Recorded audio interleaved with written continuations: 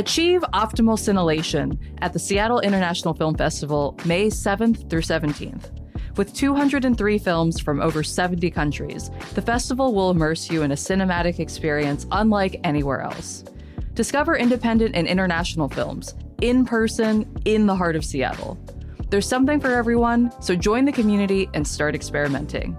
Additional information and tickets on sale now at sif.net/festival.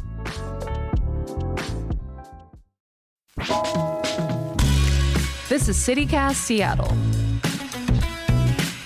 I'm Jane C. Hu, and here's what Seattle's talking about.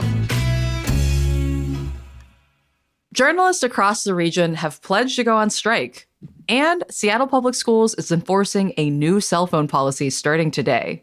But first, believe it or not, it's now been more than 6 years since the COVID-19 pandemic first shut down our city and changed the lives of millions. You often hear people reference the pandemic in the past tense, but the truth is, it's still very much with us. And for people experiencing long COVID symptoms, its presence is still very much acute. Here to discuss what we currently know about long COVID is Dr. Jana Friedli, a professor at the University of Washington School of Medicine and executive director of UW Medicine's Long COVID Clinic.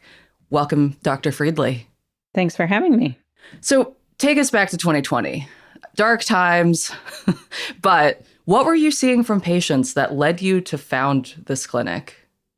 So at the very beginning of the pandemic, the people in mind for this clinic were people who had severe COVID, who were hospitalized and in the ICU and needing rehabilitation after their acute injury from COVID. And very quickly, we realized that there were far more patients that had mild to moderate COVID that were not being hospitalized, that were not recovering and were developing longer lasting symptoms. At the same time, at the very beginning of the pandemic, I myself got COVID in April of 2020, and I experienced prolonged symptoms for over a year and was experiencing the symptoms of long COVID that my patients experience. And so the combination of those two things really led me to be interested in starting this clinic to help patients. I'm so sorry to hear that, but what were your symptoms and what symptoms do you commonly see from people who are having long COVID? Yeah, so my symptoms were very typical of the symptoms that my patients experience, and that's profound fatigue, even minimal exertion. So I wasn't able to exercise like I used to be able to exercise. Also had a lot of blood pressure and heart rate instability. My heart rate would jump even from standing, and headaches and nausea and a variety of other symptoms. But really, the symptoms that most of my patients are experiencing are fatigue, brain fog, orthostatic tachycardia, and post-exertional malaise. So when you're seeing this in patients, how long does this typically last for them? Like, I'm assuming it's probably variable, but are there folks who eventually recover from those symptoms, or are a lot of folks seeing symptoms for years and years? It's very variable with patients. And so I have patients who recovered within 6 months to a year, and I have patients who are still struggling 6 years later. So it really runs the gamut. So what have we learned about long COVID risk factors? And do we know anything about what is responsible for people recovering versus not? There's still a lot that we don't know, but I think over the last 6 years, we've learned a lot about what causes long COVID and what some of the risk factors are, and also how to treat it. What we do know is that the severity of the acute infection matters. The more severe the acute infection, the more likely you are to develop long COVID symptoms. We also know that female sex, middle age, people who are roughly 30 to 60 years old tend to be more affected.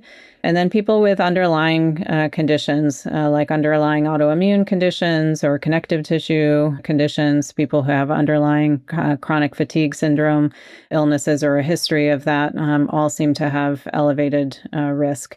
And then Probably the biggest risk factor is vaccination status. And so, although vaccinations don't completely eliminate the risk, they certainly reduce the risk of getting long COVID. You mentioned that we also know a lot more about treatment now. So, what does treatment for long COVID look like? So we still don't have one single treatment for long COVID. So we use a lot of different strategies to help people manage their symptoms, and some have been very effective. Multidisciplinary or multifaceted treatments for people's symptoms because they experience so many different symptoms all at once. But we know that a lot of our rehabilitation strategies actually are very effective. There are also a lot of medications that are helpful for various symptoms as well. And are those medications typically for something else that are now just being applied for long COVID symptoms? There aren't any new FDA-approved medications specifically for long COVID, but we do have a lot of medications that are effective for helping people manage their symptoms. Gotcha. Any common examples? So one of the most common medications that we have found to be effective for many of our patients is low-dose naltrexone that was already being used for patients with other conditions and has been very effective for many of our patients for really the combination of fatigue, brain fog, muscle pain, joint pain. Gotcha. Yeah, for folks who aren't familiar, what is it typically used to treat? Naltrexone in high doses is used for opioid addiction and other types of addiction, but in low doses, it's used for chronic fatigue. That totally makes sense to me that, of course, this has got to be an interdisciplinary treatment. I'm curious if in the last year or so, I know since Trump took office, there have been huge cuts made to HHS. How will this affect our ability to do research and treat patients, especially in this interdisciplinary effort? Yeah, it's a great question. And we have a lot of concerns about decreases in funding for research as well as the clinical care provided to patients with long COVID. And interdisciplinary care for long COVID, as you alluded to, is incredibly important. And these multidisciplinary or interdisciplinary clinics across the country are costly and require infrastructure to be able to support the patients. And without funding, it's impossible to provide the level of care that these patients need. And we rely on federal funding. And when there are cuts to federal funding for these programs, it directly hurts patients. So we have seen cuts to not only NIH for research related to long COVID, but we've also seen cuts to the CDC for surveillance and helping to understand the impact of long COVID. And we've also seen cuts to agencies which fund a lot of the long COVID programs around the country. It's kind of amazing to see how many research groups have really stepped up to try and study long COVID and provide care to patients, especially since at the beginning, I just remember people were really unsure about what was even happening to them. They're like, I thought I had recovered from this acute infection, but I'm still experiencing these symptoms. What do you wish people knew about supporting people with long COVID or minimizing the risk of developing it? One is that long COVID is still here. COVID is still here. Yes. So people are still at risk of getting COVID infections and still at risk of getting long COVID. So all of the same recommendations for prevention of COVID are hold true today.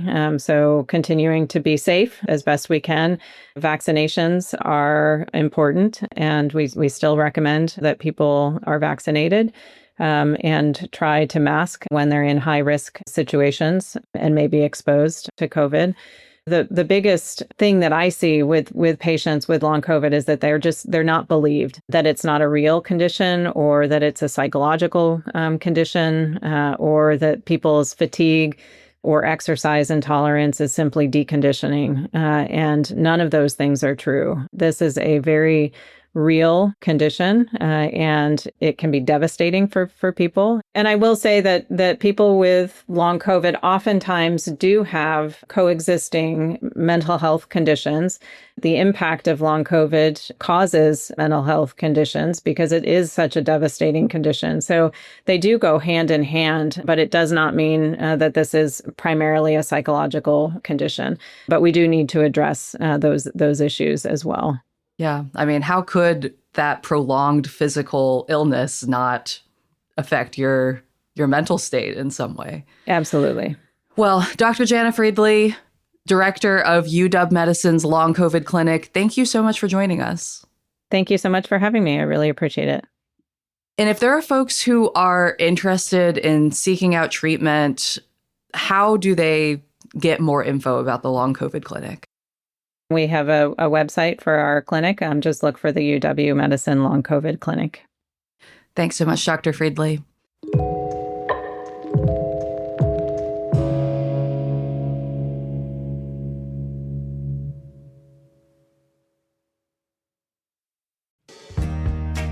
Are you thinking about Napa or Sonoma for your next wine trip? If so, you might be overthinking it. Dundee, Oregon is right in the heart of the Willamette Valley, and it delivers all of the charm, wine, and food that you're looking for with just a short drive south. It's 30 miles outside of Portland. And you know I love a walkable town, and Dundee is super cute. Every third Thursday, they've got art on display with live music, food trucks, and wine tasting specials. Go for the great wine, stay and enjoy the laid-back vibes. Travel Dundee is offering spring discounts for CityCast listeners. Visit traveldundee.com/CityCast to unlock exclusive lodging promo codes for your next stay. Again, that's traveldundee.com/CityCast. Hey Seattle, if you've ever wanted to see our Pacific Northwest whales, this is your moment. FRS Clipper Whale Watching is the only whale and wildlife tour departing from right in downtown Seattle. And this year, for their 40th anniversary, they're launching a brand new catamaran, the Emerald Clipper. It was built right here in Washington State, and it's designed for comfort and incredible views with spacious outdoor decks, floor-to-ceiling windows, and onboard naturalists who help you actually understand what you're seeing aboard this floating classroom. Out on the Salish Sea, you might encounter humpbacks feeding, killer whales hunting, gray whales cruising, plus bald eagles and seals and sea lions. It's not just a tour, it's a full wildlife experience. And they have a whale sighting guarantee, so if you don't see whales, you'll get a complimentary tour to use in the future. Spots fill quickly as the season ramps up, so don't wait. In fact, Sam and I have already booked our trip, and we cannot wait. You can book early too. Just go to whalewatching.com. That's whalewatching.com. We are back with the brothers. Of course, that is Chase Hutchinson, critic and journalist. Welcome, Chase. Thanks so much for having me. And creative producer Liam Billingham. Hi, Liam. Is it just white guys with glasses and beards? Is that the criteria? No, we could be brothers. I can't shave agree. now, otherwise We're brothers it's broken. in spirit for Yes, sure. That's yes. for sure. So, Chase, I know that the Pacific Northwest Newspaper Guild held a picket recently, and you were there. What are Yes. they asking for, and why? What's going on with all of that? So as a little bit of background, both as a kind of disclosure and I think good historical context, I used to work at the News Tribune in Tacoma, and I unionized with my colleagues when I was there. It was one of the things I was most proud of doing. I have since left. And so first and foremost, I would say folks should go follow all their social media, go listen to the things that they're saying. But essentially yesterday, they held a picket bringing attention to the fact that they are bargaining for fair pay and equitable wages for all its journalists, both in Washington state, but then also in Idaho. And essentially, they have reached a point where they are not being bargained with in good faith, and they are trying to push McClatchy Media to come to the table, to support the journalists, to invest in them and the important work that they're doing. So I know the Tacoma News Tribune is one of the newspapers that's represented by this guild. What are the other ones? It is the Olympian, the Bellingham Herald, and the Tri-City Herald. Okay. And for people who aren't familiar, what is McClatchy? McClatchy is their parent company. They were the ones that kind of have over the last few years, increasingly, according to the journalists and workers, really started to push things in a direction that has not really been, I think, the best path for a lot of the journalists that are there. They used to have a small amount of, I believe, stake in the Seattle Times. That's now no longer the case, but they also own papers across the country. They own the Miami Herald, many, many other papers as well. I think you see this just more and more often now in journalism, where there are these giant parent companies that have bought up all of these local papers. I mean, it looks like from the GoFundMe that the journalists have put together, McClatchy is still refusing to offer them a wage floor above $52,000. I just want to say that again, $52,000, which, living in this region, that's wild. I feel like that it's very hard to keep things going on a $52,000 salary. Yeah. And that's where I would recommend going, listening to the testimonials of the journalists about what that means for them and their lives. And because the journalists there are people, that's an obvious thing, but I think we can really undervalue and underappreciate just how tough this is to really swing. We're so far from reasonable in terms of like how much the cost of living is in this region. And so it's an important fight. Yeah, you mentioned like that they're humans, and I think it's worth saying a couple things. Journalism, from the journalists that I know and the ones that I work with, is like a real occupation. It's not just like a 9-to-5 job. It's like a way of, I think, people living in the world. And I think that makes a difference too. And I would also say that, like, we've talked about this ad nauseum, but with the rise of AI, I think it's very easy to forget that these are regular, normal people actually doing a job that aren't just clicking a button and then revising that. And then I think the third thing, and this is maybe like a little more devil's advocate, is that we as people need to remember that like news shouldn't be free necessarily, especially in these local regional papers where there just isn't the funding and the advertising is falling through. They are providing you information that they should be paid. I will always say also subscribe to your local paper. It will be good for your health, good for your knowledge, good for your brain, and support the journalists. But what you had mentioned with the AI, that also is something that they are currently fighting over. Right. By the time folks listen to this will be out for a bit, but there was a New York Times story about how journalists across McClatchy publications are withholding their name from AI-generated stories that takes from their work, but essentially puts it through a blender and spits it back out in a way that the journalist hasn't written that. And it's something that they're really pushing back against as well. I read this piece that was in Cap Radio, the Sacramento radio station, about this situation. And the lead says, more than 30 of the 40 journalists at the Sacramento Bee are taking a stance against the use of general artificial intelligence in generating news content. I'm like, okay, more than 30 of the 40, who are the like 8 guys who are for this, who are okay with it? I wonder. I'm like, or are they just afraid of wanting to take a stance against this because they want to keep their jobs? I don't know what's going on there, but it is horrifying to me that there might be this use of remixing stories. Like, I understand from a business perspective why that might seem appealing, but it really introduces the possibility of just getting things wrong or trying to push a stance or a perspective that the writer did not originally include in their piece. I think it's just a sign of you need to invest in people, not AI. No one is above sort of finding ways to reach audiences or having audience teams to reach folks. But sort of this unproven, and so far that we've seen pretty spectacularly unsuccessful and just kind of antithetical to good journalism and to reaching people is not the way forward for a lot of the folks. Yeah, I mean, look, I think that there's like something of a middle ground with the AI because it's coming and people are going to use it in this field. I don't think it should be used to write stories. I certainly don't think it should be used to fact check information. It can be a tool that's used to gather information and have that vetted and used. But like, if we're going to use it, we have to find a realistic balance. And I'm not trying to be Pollyanna-ish. No. But I don't think it's going away. It's just that like we have to use it smartly, and I don't know what that is. But I think it's important to think about. And I think an important distinguishing thing to do is that there's a difference between using AI to gather information versus generate information. Yeah. I would just add to kind of, again, refer back to the folks at McClatchy. They are aware of this coming technology, but it's something that needs to be bargained over.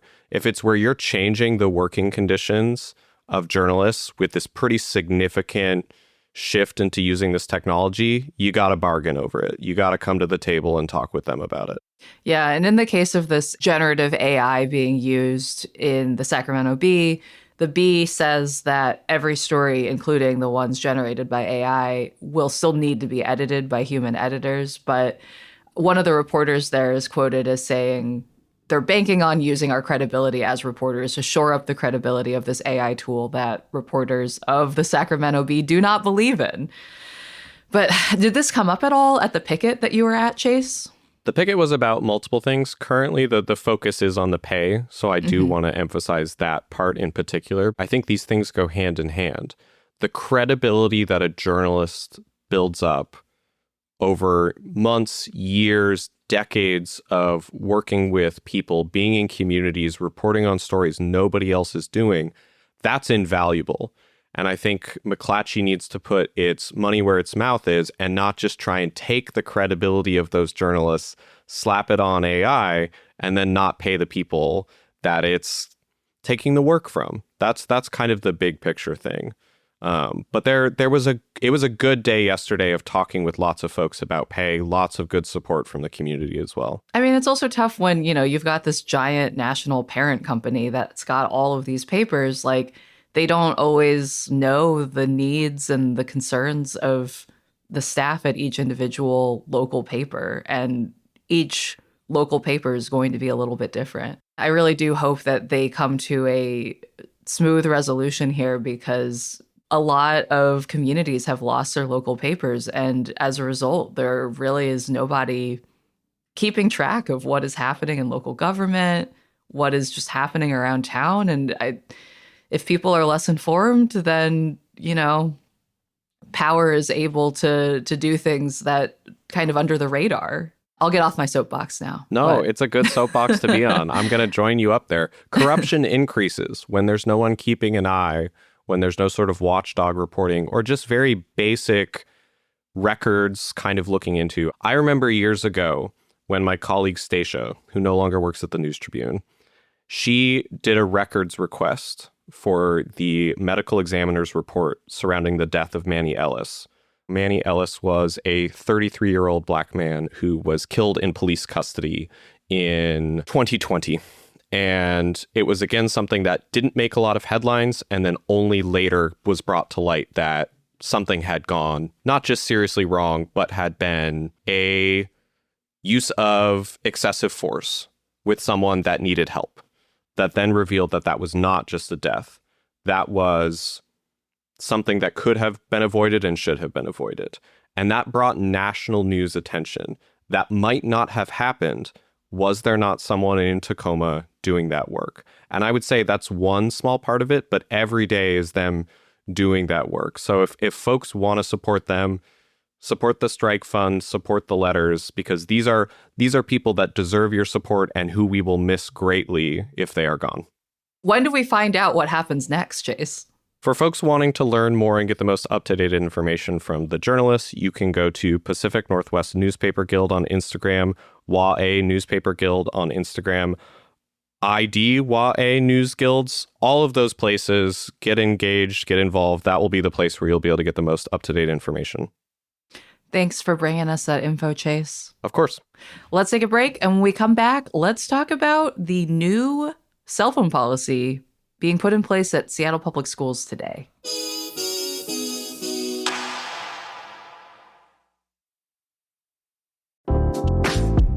If you're in Washington and you haven't tried King Harvest hummus yet, you're missing out on a locally made favorite. Since 1977, King Harvest Hummus has been making their small batch, fresh hummus in Portland, Oregon. It's not like an average hummus. It's a thicker texture combined with bold flavors, and it creates raving fans after tasting it. Not surprising, since it's made local and fresh on the shelf. Some of our favorite flavors are roasted red pepper, jalapeno, sun-dried tomato, and of course, the classic. You can eat this healthy dip with chips, veggies, or add it to a sandwich or wrap. Or maybe you just want to eat it with a spoon. Most people buy more than one because once it's open, this healthy dip disappears fast. You've got to try it to love it. Don't miss out on expanding your snack experience with this locally made fresh dip. King Harvest Hummus. Simple, better, one dip at a time. You can find King Harvest in the refrigerated section at your local grocery store. I don't know about you all, but back when I was in school, I had to walk uphill both ways, and I had a Nokia brick phone, which was essentially useless at school. What was your Snake high score, though? Oh, great question. I think like in the thousands, honestly. Like I remember getting to the point where it was not going to fit on the screen anymore. Like it was like an Ouroboros. Wow. Anyway. You were good at Snake. I digress. These days, of course, it is very different. A lot of students in public schools have cell phones, and in response to the kind of patchwork of different rules at different schools and in different classrooms, Seattle Public Schools announced a new cell phone policy that goes into effect today. And it's pretty straightforward, I gotta say, which I think the simplicity is maybe part of what could work about it. For students K through 8, phones have to be off and stored for the entire school day. Very simple, no phones. For high school students, they're adopting a policy that they're calling no cell bell to bell, which means that their phones have to be put away during class, but they can check their phone during lunch or like in the hallway between classes. What do you think about this kind of blanket no phones in class policy? As resident dad, I was going to say, you're going to go first on this. At CityCast Seattle, I think it's very, very positive. I think the talked about part about a classroom is that it's a space that everyone occupies together. It's not just one for learning, and the discontinuity I think that we all experience when we look at our phone during a meeting, during social interaction. I do too. I'm hopelessly addicted to my phone. But I think with kids, especially teenage kids, they sort of need to recognize that their interaction with the space that they're in matters. So I think this policy is a good one. And I certainly think that 9 to 12th graders can chill for 90 minutes and not look at their phones. I am just imagining in my head a shirt that says, Papa Liam says, just chill, kids. A new We're going to have to get that for our neighbors. Liam, your oldest is in second grade? Second grade. Does she have a cell phone? No, God, no way. No. But though the other day, my wife couldn't figure out how to do something on her iPhone. And my daughter was like, no, this is how you do it. So 2 things. One is I don't know how she knows how to do that. And 2, I roasted my wife so hard for being like, oh, you need an 8-year-old to help you. But, she's aware of a phone. She has an iPad that the school issues to her to do some assignments. She has one she uses to watch TV sometimes. But I will say that I think something that's happening is that these kids, these younger kids, in my opinion, are more interested in maybe an analog world than 7th to 12th graders might be. We recently got her a tin can, which is from a Seattle-based company that's like a phone that sits on her bedside table and her friends can call her. And what I love about it is she'll come home, she'll run upstairs and I'll hear hi, is Emma there? She'll call the home line that the family has and someone will answer and she has to interact with a sister or a parent. And it's a big throwback to being a kid in the 90s. They're sort of forced to interact with people and have a little bit of friction maxing going on and having an analog phone. And I think that that's really a positive thing in the world. Okay, I just went to the Tin Can website and I gotta say, it is truly wild seeing my childhood being advertised as a product. Yeah, no, I was gonna say. It says the new school landline for friends. Yeah, exactly. Yeah, I think there is really something too to interacting with multiple people on the phone. Actually, a friend of mine was just telling me last night that she and her husband have a basically a landline setup at their house now where both of their phones somehow go to it.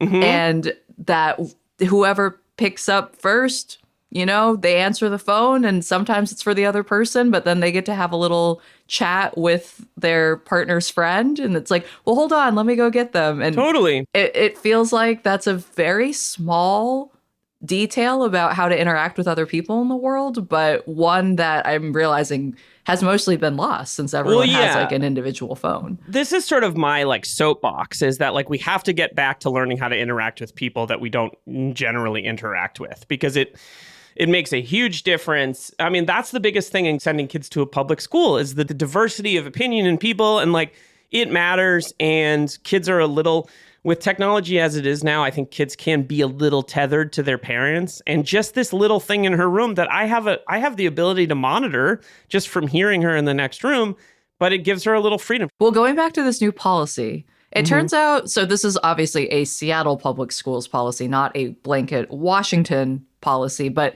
28 states already have policies banning cell phones in schools. I did not realize that.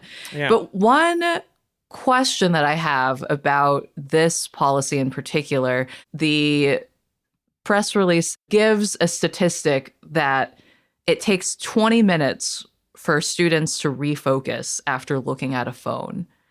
And I'm thinking about the high school students who are allowed to use their phones in these passing periods, like between classes or during lunch. If you've got, you know, let's say they have 5 or even 10 minutes to walk between classes and you're looking at your phone, if it takes 20 minutes to refocus, are you not still refocusing once you get into your next class? Like, does that matter? I guess I'm curious why high schoolers have this slightly different rule. That's a good question. I think that would be a good one to put to folks that have put it in place. It could just be that they're developmentally at different places is kind of the determination being made.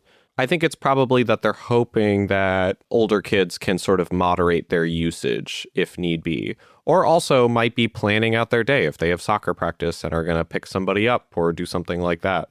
I think that there's probably going to be some testing and evolving as this is the first one, but that would be my initial thought of what it sounds like. Totally. And I think that like high school kids may have different sets of responsibilities for siblings and Or brothers and work. sisters. And like our lives are kind of, our ability to communicate is much more on demand than it used to be. So there is a certain amount of like, you have to set some boundaries. And then hopefully from there, these kids can learn to moderate their screen time, which is a term that didn't exist when we were kids. Screen time is definitely a new term. I mean, yeah, I think it is a skill that you should start cultivating in high school of what do I want my relationship to technology to be? And I think you have a little bit more power and just a little bit more executive function to actually start making your own determinations. And I think part of the reason given for why high school students are allowed to use their phones at certain points during the day is because a lot of them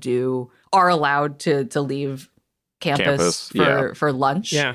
And I mean, at that point, it's like you're not even on school property. Like how are adults going to moderate that anyway? So we might as well just make it a policy that's like, sure, use it. I do really appreciate that the policy in classroom time is rooted around like, nope, you're in the room and you're focused on it, on what you're doing. Yeah, if only that could apply to the entire adult world as well. I know, I was going to say. Sorry, what were you saying?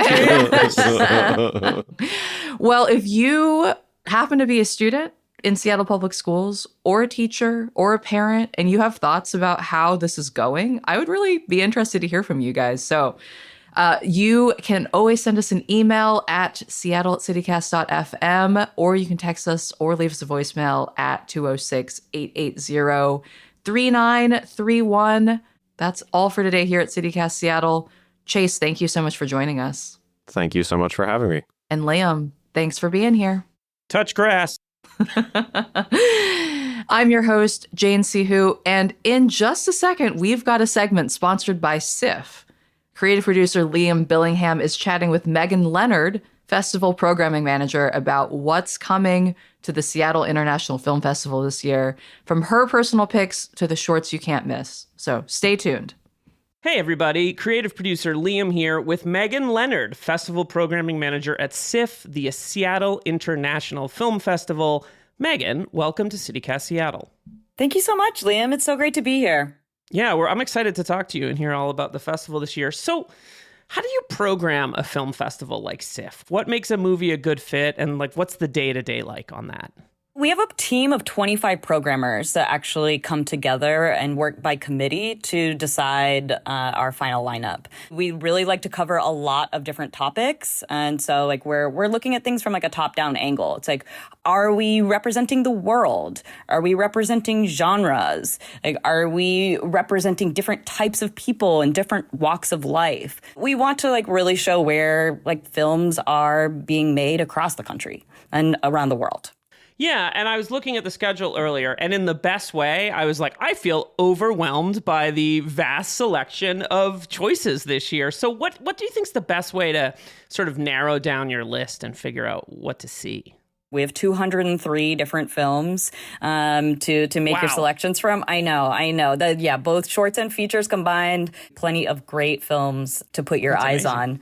When it comes to making your selections, we have a few different pathways that you can take. We have our film finder on our website where you can look at different topics.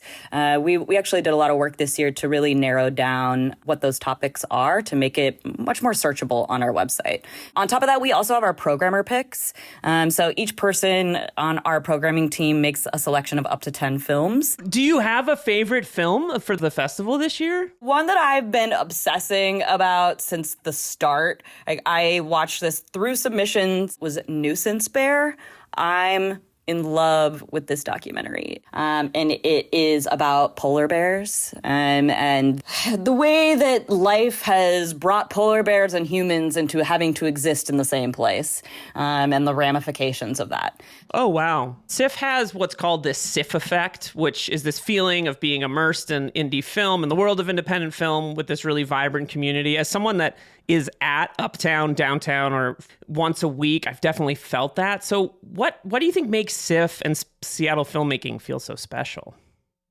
Our audience is incredibly engaged in the material. They are huge cinephiles. They love watching movies, and they really want to be with community when they experience films. So when we talk about the SIFF effect, it's the gasp, when something scary happens on screen. I don't know about you, but I'm maybe to a fault, a little vocal when I experience movies. Yeah. Jump scares, I'm so susceptible. If something is a tearjerker, I will be weeping. And getting to have that kind of experience with other people is, there's nothing else like it. There's nothing else like it. Yeah. One last question for you. For someone who's sort of building their festival schedule, what are some of your can't miss recommendations with the SORT package? And of course, because we are CityCast Seattle, we'd love to hear about any Pacific Northwest films that you recommend. I have to say Shorts Fest opening night is incredibly strong this year. Just to highlight a couple shorts in there. For our animation lovers, and if you are familiar with Don Hertzfeldt, who is quite prolific. And then there's another one called Oh Whale, which if you're familiar with the Oregon news story of the whale that washed up on the beach, and they tried to figure out how they were going to get rid of the carcass, and so they put a bunch of TNT in it and exploded it, and it then rained down whale across Oregon. That's gonna cost some gasps in the movie theater, I think. Exactly. It's a story that I've known about since I was a kid. It is truly Pacific Northwest folklore. I also, of course, have to highlight our genre short film package this year. This year it's called WTF Nightmare Fuel.